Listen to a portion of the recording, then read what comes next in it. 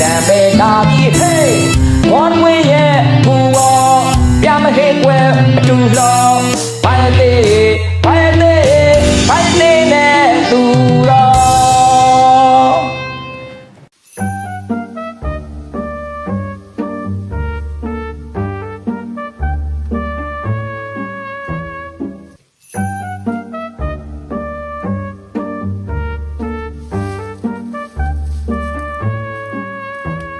အကျဉ်ဆိုလည်းကြောက်ခွင့်ဆိုလန့်တာကွာဘလို့ပြစ်တာတော့ဟာဘေးနာလေဒီမှာမြစ်တာပို့နေတယ်ဟာဘာရတော့ကိုကျွန်တော်စောင့်ကြည့်နေတာကြာပြီလားနော်ဘာရတော့တော်တော်ဆိုးဆိုးနော်လန်ဗျာမင်းငါရှိမရောက်တာကြာပေါ်လားလန်ဗျာလန်ပါလောက်ပါဗျာအော်လန်ပါအရှုံးသမားလေးဘလို့အရှုံးသမားလေတကားလေးဟာအရှုံးသမားလေးဘလို့အရှုံးသမားလေဟမ်ဟုတ်လေဒါလေးကဘာလေးတော့ဩဒါလေးကကျွန်တော်ယောက်ျားပီတာယောက်ျားပီတာတော့ပြတာအေးရှင်းတယ်နော်ငါအရှုံးကိုအရှုံးမှန်သိလို့လက်ခံတယ်ငါအဲ့ဒါကိုကြိုက်တာအဲ့တော့မင်းဖက်တဲ့ရဲ့တပိတာဝကတွေကဘယ်တော့မှအမှန်တိုင်းပဲဂိုးတယ်ကြိုက်တယ်သဘောကျတယ်ဘာဖြစ်လို့ဆိုတော့မင်းအရှုံးတော့လမောလာမတင်ခင်ဗျာကျွန်တော်တပည့်ကိုခင်ဗျာနဲ့အော်အေးရက်သိလေအော်အေးမဲမလေမှတ်နေလားအော်အေးဟုတ်ခင်ဗျာတပည့်မဟုတ်လေကျွန်တော်အော်ခင်ဗျာမဟုတ်ဘာရတော့ရဲ့တပည့်မဟုတ်ဘူးတော့ငါကျောင်းကနေပြီးတော့ပါရိုက်ပြီးတော့လှုပ်တော့မယ်မဟုတ်ခင်ဗျာမဟုတ်ဘူးဗျာကျွန်တော်လည်းဗျာဘယ်လိုလဲပြောတာတို့ကပဲမဟုတ်ဘာရက်တဲ့တပည့်မဟုတ်ဘူးလေဆရာလန်ပါလေဗျာဆရာလန်ပါလေသူ့နာမည်နဲ့သူရှိတော့ခမို့လေဆွမ်းလန်မိုင်းဒါမှဒါဟုတ်ပြီကဲနံပါတ်ပဲထိုက်တော့ငါတပည့်မလုပ်ချင်ဘူးပေါ့အိုးဘာကိစ္စလုပ်တော့မှလေငါတပည့်လုပ်မယ်ဆိုငါအကုန်တင်ပေးမယ်ပွန်ညာတွေတင်ပေးမယ်လေမင်းအဲ့နိုင်ပုံနိုင်ကြီးဘယ်အတင်းကိုဘလို့ကန်ဘလို့လောင်းဘလို့နိုင်လဲဆိုတော့အဲ့ပွန်ညာတွေငါတင်ပေးမယ်လေပညာလုပ်စမ်းပါဗျာပညာနဲ့အစိမ့်မြင့်နဲ့ပွန်ညာသူ့ကြည့်တော့ခါဘောလုံးတင်ပေးမယ်လုပ်တယ်သူ့ကြည့်တော့လမ်းတော်ကောင်းအောင်မရှောက်နိုင်မင်းနဲ့ဟုတ်ဒါမဲ့သဘောကျတယ်ဘာလို့ဆိုတော့တကယ်လေးစားတယ်အရှုံးကိုအရှုံးခံရတယ်တတ်သိရှိတယ်ဘာပြောဒါတို့အမေသားသမီးပီတာတယ်အမေသားသမီးပီတာတယ်အရှုံးလို့လက်ခံတယ်ဟုတ်တယ်အဲ့ဒါကြောင့်တော့ဘယ်လိုလဲဆိုတော့မင်းမှာတစ္ဆာလူမှာဂရိတယ်မင်းဂရိအတိုင်းပဲဟုတ်တယ်မလားဟုတ်တယ်လေဂရိအတိုင်းပဲဘာဖြစ်ရင်ဘာကြီးတုံးမယ်လို့ဘာဖြစ်အာစနေရှုံးရင်ကတော့မယ်ပြောတော့ဗျာခင်ဗျားဒါကြီးပဲခင်ဗျားကတော့လူပြောမှမသိကွာဘာရတော့ရသိနင့်မကြီးတော့ပါလားရသိတော့တာမဟုတ်သိပြောကြဘာရသေးဘာရသေးနောက်တစ်ခါဆိုရင်ဘာရသေးရလက်ကွာဘာရသေးဟေးလက်ကွာသူဘာရသေးလို့ခေါ်နေဟာဟေးလက်ကွာဆိုတာနားလည်းမကောင်းတော့တယ်နဲ့အေးဟောဒီတစ်ခါမင်းလောင်းမယ်နော်ဘာလောင်းဒီခါလောင်းမယ်ပထမတော့ဒါပါမင်းကရုံးတုပ်ကြီးလောင်းထားတာဟုတ်လားနော်ဒီကဂွေးဖြတ်ကြီးလောင်းကြပါမလုံးနဲ့လေဗျာဟမ်ဘာရသေးအဲ့ဒါကြောင့်မင်းမလောင်းရောက်လားဟေးအဲ့ဒါကြီးလူညွတ်တော့မှကြီးလေအစင်မပြေဘူးလေဒါမဟုတ်ဘူးဒါဟိုသဘောကျတယ်ဟုတ်ကျွန်တော်ကမဟုတ်အရှုံးလက်ခံတယ်ကျွန်တော်ပြောရှင်းလို့မင်းကအရှုံးကိုအရှုံးလက်ခံတယ်တော့အရှုံးကိုအရှုံးလက်မခံတဲ့လူတွေရှိလို့လားရှိတော့ဗောဗျာကျွန်တော်တိုင်းပြည်ဟုတ်လားဒီနေ့ဆိုရင်အာနာသိန်းတာ9နှစ်ပြည့်ပါနော်ဟုတ်တယ်အရှုံးကိုအရှုံးမဲ့လက်မခံပဲနဲ့အာနာသိန်းခိုင်းတဲ့ကောင်တွေရှိလို့ဟိုဂျပူကောင်ဂျပူကကျွန်တော်မဟုတ်ဘူးနော်ဟိုကျိုးစင်ကျင်ဆိုးနော်ကျင်ဆိုးအာနာသိန်းခိုင်းလို့ခင်ငိုတို့တတိုက်ခင်မဟုတ်တော့ဒါဒီကောင်ငိုနေရပြီငိုပြီလားငိုနေရပြီဒီကောင်ငိုနေရပြီနော်ဒီကောင်နေတတိုက်နောက်မှမြှောက်ပေးလို့နော်အာနာသိန်းလိုက်တယ်သိန်းလိုက်တော့အခုခင်ငိုတို့ကြက်ဖို့တို့လှုပ်တဲ့အတူအောင်ရွေးကောက်ဗျာဒီကောင်နေနိုင်သွားပြီကြက်ဖို့မဟုတ်ဘူးပြည်တောင်စုအကျန်းဖက်ရေးနဲ့ဖောက်ခွဲရေးပါတီပြည်တောင်စုကြက်ခံရေးကြက်ခံရေးကြက်တွေကိုလိုက်ခံနေတာကြက်ခံရေးဖောက်ခွဲရေးပါတီပြောနေလာနေပြီပြောနေလာနေပြီမိုက်ရုပ်ကွာကြီးအနုတော်မှလူကြောရုပ်တဲ့ရုပ်ညနေငယ်လေးနဲ့ကဲအနုတော်မှလူကြောကြီးကိုခင်ကိုအချင်းနေခင်ကြီးလေကွာခင်ကိုခမငိုနေရပြီလေဗျာခမပါတီနိုင်သွားပြီဆိုတော့အချင်းနေဘလို့လဲဘာရတော့ငါလာပြီအနုတော်ကကိုလူကြောကြီးရိုးအနုတော်ကကိုလူကြောကြီးပြောစမ်းပါကျွန်တော်တို့ပါတီအတောင်ကြရပါဘာတော့ကကျွန်တော်တို့ပါတီဒါမလုံးနဲ့ဆောက်ခွက်မခွက်နေလက်တဲ့နဲ့ဆက်ဆံဆောက်ဖင်ကြောက်ရင်ဆောက်လုံးကြောက်တော့နဲ့ထူလိုက်မယ်ခင်ကိုပြောလဲရတော့တယ်ကွာ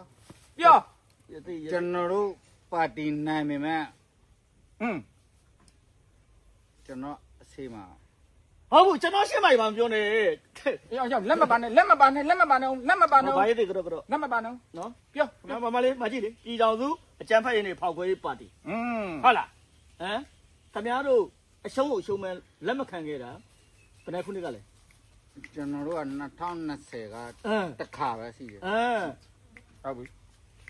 တစ်ခါပဲရှိတယ်ဆိုတော့ဘာကြောင့်အဲ့တစ်ခါမှပဲ တစ်ခါမှာပဲကလင်ကကြစ်လုံးမိပါတယ်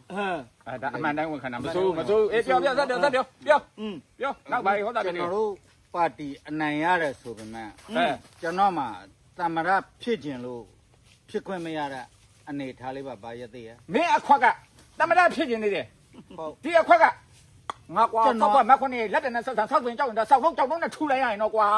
ကျွန်တော်ကြံ့ဖုံးဥက္ကဋ္ဌလေ ကျမ်းဖို့မပေါ့ဘူးခင်ဗျာပြည်တော်စု ပြည်တော်စုဂျပန်နဲ့ဖောက်ခွဲပါတီရဲ့ဥက္ကဋ္ဌပါ ခင်ကို ခင်ကြီးလို့လို့ ခင်ဗျာငိုနေရ ငိုရတော့ငိုရတော့ မလို့ကျွန်တော်တောင်းမှမှာ ဘာလို့တောင်းမှလားလေ တောင်းမှညာတော့ ကျွန်တော်ခင်ငိုလို့မလုပ်ပါနဲ့ကျွန်တော်ငိုခဲ့ရတဲ့ဘဝတွေကများခဲ့လို့ပါခင်ဗျာ ခင်ဗျာဒီလောက်ထိပြည်သူတွေဒုက္ခရောက်နေတယ်အကြက်တဲတွေဖြစ်နေတယ်ဟုတ်လားအဲ့ဒါဥမာခါတဲ့ဘယ်လိုလဲအတူရောက်ရွေးကောက်ဖို့လုပ်တယ်အဲ့ဒါကိုခင်ဗျားတို့ကလည်းဘယ်လိုလဲဟိုကောင်ကျဘူးခွေးလို့မှသားကြီးကိုကျွန်တော် ကျိုးတင်ကောကျိုးတင်ကော ဆဲပြီးသွားလားဟုတ်တယ်ကျွန်တော်ဆဲပြီးသွားလား ဆဲပြီးသွားပြီ ဆဲပြီးသွားလားအေး ဆဲပြီးသွားပြီ ဆဲပြီးသွားလား ဖရုဒဝါသားကြီးမပြောနဲ့ပိယဝါသားချစ်ဖို့တဲ့စကားပြောအဲ့ခွေးလုံးမသားဆိုတာရိုင်းနေ ဟုတ်ကဲ့ဟုတ် ဘာဖြစ်လို့လဲဆိုတော့သူတို့ပြောတယ်သူတို့ကတမရလို့တင်ထားတဲ့လူလေ ဟုတ်ဟုတ် အဲ့သူတို့ကတမရလို့တင်ထားတဲ့လူမင်းကခွေးလုံးမသားလို့ပြောတာစတဲ့ရိုင်းနေ ဆိုင်လား ဖရုဒဝါသားချစ်ဖို့ဆိုတော့ဗျာကျင်ဆိုးကျိုး ကျိုးစင် ကျိုးတင်သွားမယ်ကောင်ပြော အဲ့ကျိုးစင်သွားမဲ့ကောင်ခင်ဗျားတို့ကနောက်ကနေတော့ဟိုနည်းဖြစ်တယ်မြောက်ပေးတယ်ဟာဒီမဲလိမ့်မဲခုဖြစ်တယ်ဆိုမြောက်ပေးတယ်မြောက်ပေးတော့ခင်ဗျားတို့အခုရွေးကောက်ပွဲလုပ်တယ်လုပ်တဲ့အချိန်မှာခင်ဗျားတို့ပါတီနိုင်သွားပြီဗျာဟုတ်လားနိုင်သွားပြီခင်ဗျားသမနာဖြစ်ပြီ ပြုံပြုံလေးနေပြုံပြုံလေးနေလို့ဟာဆောက်ခွမခွနဲ့လက်တဲ့နဲ့ဆက်ဆံထောက်ပင်ကြောက်တဲ့ဆောက်လုံးကြောက်လုံးနဲ့ထူတော့မယ်ကွာ ဘာလို့စိတ်ထိန် ကျွန်တော်ဘယ်လိုပြုံးနိုင်မှာလဲဗျာ ဘာဖြစ်လို့လဲ ကျွန်တော်ကပါတီဥက္ကဋ္ဌဖြစ်ပြီးမဲသာနိုင်တယ်ကျွန်တော်ကတမရဖြစ်ခွင့်မှမရှိတာ ဟမ်သမနာဖြစ်ခွင့်မရှိဘူး မရှိဘူး အဲ့တော့ခင်ဗျားတို့ဖင်ရားပြီးတော့ဘာလို့ရွေးကောက်ပွဲမှာဝင်ပြိုင်လဲကဲပြောလဲဖင်ရားပြီးတော့ဘာလို့ရွေးကောက်ပွဲဝင်ပြိုင် တမရရာဒူးလေးများခွေးတူးဘောက်ကရမလားလို့ကျွန်တော်ထင်ပြီးတော့ဝင်ပြမိတာပါ ကဲ အနူတော့မှမင်းတို့လူကြောဒီတပါတီတဲ့ရှိပြီးတော့ဟမ်မင်းအဲ့ဒါဘာလို့မင်းမျက်နာဘာဖြစ်နေလား ဘာရသေးရတကယ်ပါကျွန်တော်တို့ကဒီတိုင်းပြည်မှာဘဏ္ဍခါကကောင်းတာတွေဘာတစ်ခုလုပ်ခဲ့ဘူးလို့လဲအခုမဲလိန်နဲ့မဲခိုးလိုက်တာမဲသာလိန်ပြီးမဲသာခိုးလိုက်ပြီးတော့အနိုင်သာရတာတမရဖြစ်ရမလားဆိုပြီးတော့လိန်တာတွေခိုးတာတွေကောက်ကျစ်တာတွေအကုန်လုံးလုပ်ခဲ့ပြီမှဟိုကောင်လေး ဘေးကောင်လေး ဟိုကောင်စောက်ပုလေကျိုးစင်ကျင်စိုးက အဲ့ဒါမင်းတို့ကဟုတ်တာလေကွာအဲ့လိုမပြောအောင်လေကွာ ကိုဘာမ မင်းဘာလေကွာမင်းမအဖပြောခဲ့ပြီးတော့ ကျွန်တော်လည်းတမရလေးဖြစ်ရမလားဆိုပြီးတော့ကျွန်တော်အနေနဲ့ဘယ်လိုပဲဖြစ်ဖြစ်ပေါ့လေတမရလေးတော့ဖြစ်ကျင်ပါတာပေါ့ အမှန်တိုင်းကြီးပြောနေပြီအမှန်တိုင်းကြီးပြောနေပြီကဲလောဆက်ပြောဖြစ်ကျင်နော်ကျွန်တော်မှသမရဖြစ်ခွင့်လည်းမရပါဘူးဗျာပါတီကကလင်ကကျင်းနဲ့မဲလေမဲခိုးအကုန်လုံးခဲ့ပြီမဲ့အခုပါတီကအနိုင်ရတယ်ကျွန်တော်မှသမရဖြစ်ခွင့်မရှိပါဘူးအဲ့ဒါငါတို့ကဝိုင်းတနာပေးရမှာလားတနာသိတာဗောဟာမင်းလောက်ကောင်ငါတနာမယ်တနာသိငါကွာဆောက်ခွင့်မခွင့်ရလက်ပြန်နဲ့ဆက်ဆံထောက်ဖိန်ကြောက်ရင်နဲ့ဆောက်လုံးကြောက်တော့နဲ့ထူလိုက်ရရင်တော့ကွာဘာလို့ကျွန်တော်ပြောမယ်ကျွန်တော်လည်းကိုင်နေပြီကိုင်နေပြီလားကျွန်တော်အမလွယ်တော့နော်ဒါဖင်ရတာပါရဲ့ဖင်ရတာလားဟလားဖင်ရတာဖင်ရမှုဒီအာမခံမရှိဘူးဆိုတာသဘောပေါက်ကြပေါ့ပါပြီအဲ့တော့မင်းပြောမင်းပြည်သူကိုဝန်ခံလိုက်တာပြည်သူကိုမင်းဝန်ခံလိုက်မင်းဘာဖြစ်လို့ဒီဟိုအနူတော့မှလူကြောတပါတီရဲ့ဝင်ပြိုင်ဖြစ်တာလဲဆိုတာပြည်သူကိုဝန်ခံလိုက်တယ်ဘာဖြစ်လို့ဝင်ပြိုင်လိုက်တာတော့မိဘပြည်သူများခင်ဗျာဟုတ်ပြီကျွန်တော်မဲလိမ်မဲခိုးပြီးတော့တမရဖြစ်ခြင်းလို့ကျွန်တော်လိန်ညာကောက်ကျစ်ပြီးနာမည်ပြောကျွန်တော်ပြည်တော်စုအကြံဖက်ရေးနဲ့ဖောက်ခွဲရေးပါတီမှပါတီဥက္ကဋ္ဌကြီးခင်ကြီးခင်ငိုပါခင်ဗျာငိုနေရတာကျွန်တော်ခင်ငိုပါကျွန်တော်ရဲ့ဖင်ရမှုကြောင့်ခုတော့ဗျာတမရလည်းဖြစ်ခွင့်မရတော့ပါဘူးဖြစ်ခွင့်လည်းမရှိတော့ပါဘူးဟိုကောင်မာလာကျိုးစင်ကျင်သူကတမရလုံးမဲတဲ့ကျွန်တော်ခင်ဗျားတို့ခင်ငိုလို့ခေါ်လာလား用点光的瓜，俺那别那拉我呢，用点光那我的。ပြောရင်少爺ကြလား တကယ် 耶的， ဟုတ်လားရိုက်လား ရိုင်းနေ ရိုက်နေနော်ကိုတက်ကြည့်တယ် 耶耶， ကိုတက်ကြည့်တယ်ငကောင်း ကျွန်တော်ဖင်ရမိတဲ့ ဟမ် ကျွန်တော်ရဲ့ဖင်ရမှုမိဘပြည်သူတွေမဲပေးခဲ့ပေမဲ့ကျွန်တော်သမရ ဘယ်သူမှမပေးဘူး လိန်ညာတာလေ အေး စက်ကားစားဖုတ်ဖုတ်ဖုတ်လောက်တာလေ အေးဘယ်ကလုံးနေနေ ဘယ်ကလုံးနေနေဖုတ်ဖုတ်ဖုတ်ထွားအောင်လောက်တာလေ ဘယ်ပြည်သူမှပြည်သူစစ်စစ်မပေးဘူးခင်ဗျာအာ မဟုတ်ဘူး ဘိုင်းတွေလောက်တယ်ဗာ ငါကောင်းနဲ့ဝါသေးတော့မယ်သေးတော့မယ်သေးတော့မယ်သေးတော့မယ်ငါလုံးလိုက်တော့လုံးလိုက်တော့ငါသင်္ကန်းရှိနေလို့နော်ဟာကန်ကောင်းတယ်မင်းဗတိဆွဲတာမင်းကန်ကောင်းတယ်နှက်မိုးကတော့မင်းစောက်ခွက်မခွက်ရဲ့လက်တနက်ဆက်ဆောက်ဖိတောက်တဲ့ဆောက်လို့မင်းကြောက်တော့နဲ့ထုပလိုက်ပြီတက်လားခင်ကို ဟုတ် ကျွန်တော်မှာဒီလောက်မဲလိမ်မဲခိုးကောက်ကြည့်ပြီးတော့အမျိုးမျိုးလုပ်ခဲ့တော့လဲအခုဒီလောက်လိမ်ပြီးဒီလောက်ခိုးပြီးဒီလောက်ကျွန်တော်ပါတီမဲနိုင်ခဲ့တော့လဲဟိုကောင်မလာကျင်စိုးကြောင့်ကျွန်တော်မှာသမရပြည့်ခွင့်မရှိတော့ပါဘူးခင်ဗျာ တော်ပြီအဲ့ဒါနောက်တစ်ခါမင်းဖင်ရအောင်မလား မရတော့ပါဘူးခင်ဗျာ ဟုတ်ပြီ ထပ်မေးသုံးကြိမ် နောက်တစ်ခါဖင်ရအောင်မလား မရတော့ပါဘူးခင်ဗျာ နောက်တစ်ခါဖင်ရအောင်မလား မရတော့ပါဘူးခင်ဗျာ အေးဟုတ်ပြီအဲ့တော့ဖင်ရမှုရဲ့တန်ဝေကလေးနောက်တစ်ခါဖင်မရအောင်မင်းတို့အတိတရီလေး မင်းတို့ဆိုဟိုတပီးတော်ပါလားတပီးတော်လို့ပြောမှာကျွန်တော်လို့ပြောမှာဟမ်ကိုကမဟုတ်ဘူးမဆိုင်တော့ကိုကအာဆင်နဲ့ရှုံးလို့ကရုံးတော့ရတော့ အေးမင်းတို့မဟုတ်မင်း အေးဟမ် မင်းနောက်တစ်ခါဖင်မရနိုင်အောင်လို့မင်းတို့တတိနဲ့အတိလေးဝင်သွားအောင်ကဲသူ့အလင်္ကာလေးနဲ့နော်အလင်္ကာလေးနဲ့ရှိရနေပြီးတော့ငါဆိုပြီးမဲ့နောက်ကနေညီညံလေးလိုက်ဆိုနော်အတိတရီလေးနဲ့ဟုတ်လား လက်ကြည့်ကဲလက်ကြည့်တယ်လား ချီတက်ပါလားခင်ဗျာ အဲ့ဆိုတော့ ကျွန်တော်ဝက်စီဘိတ်ကလောက်ချီလေးတင်တာပြောရခင်ဗျာ ဇဝီပိတ်က ဝက်စီဘိတ်လေ ဟမ် ဝက်စီကိုပိတ်ထားတဲ့ကောင် ကြည့်ပြောင်းခေါင်းပြည့်ဆိုတဲ့ကောင် ဟုတ်ဟာဒီကောင်ကြောင့် ဖေလို့မသားဖေလို့မသား ဟာလိုမေသား သူလည်းသူပါဆဲဆိုက ဟုတ်ကျွန်တော် သူလည်းဟိုနေဖြစ်နေနာကျင်နေပြီအေးဟုတ်ပြီလို့လို့ ကဲဟုတ်ပြီအဲ့တော့နောက်ကနေညီလေးတော့ဟာလူမိုက်ဆိုရင်ရှောင်းတွေလွယ်လို့ မမီဝဲနဲ့ကေ ငါဆိုပဲငါဆိုတာနောက်ကလိုက် ကျွန် လို့ တော်ဘလို့ကျွန်တော်ဆိုပြရ လူကြီးမလို့တော့လူကြီးမလို့တော့မလုံးချင် ရှေ့ကနေတိုင်ပေးမယ် ဟုတ် နောက်ကနေလိုက်ဆို လူကြီးမ ခွဲ လို့ တာအဲ့ဒါ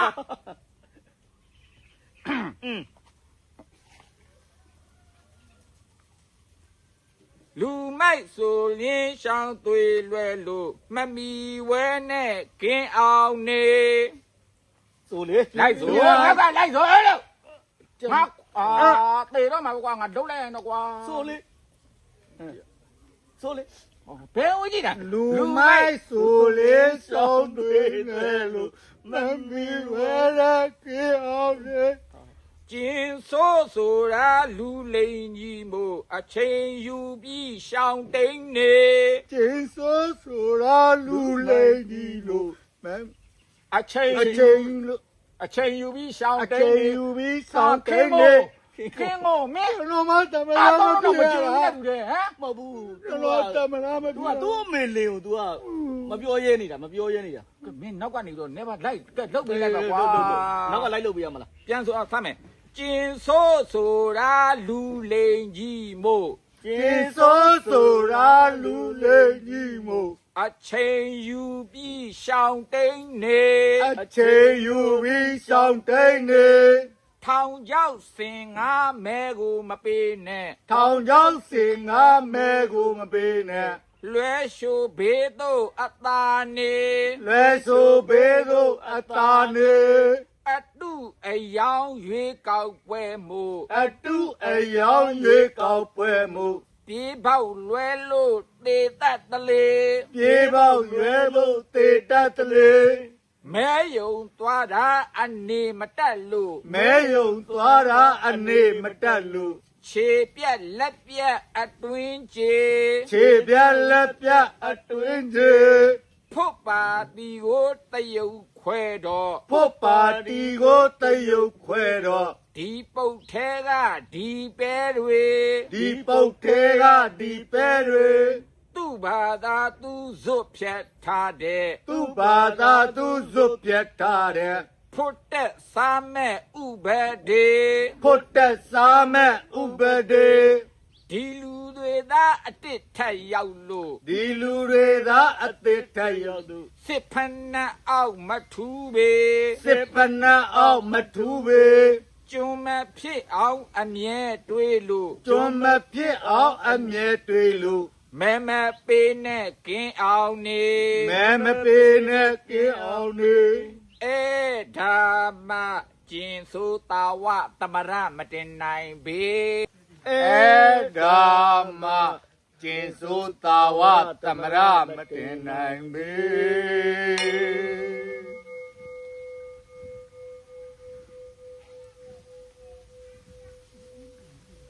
တွန်းတန်ပေတာပြည့်ဟေးဝမ်းဝေးရဲ့ဘူရောပြမဟေးကွယ်အတူလော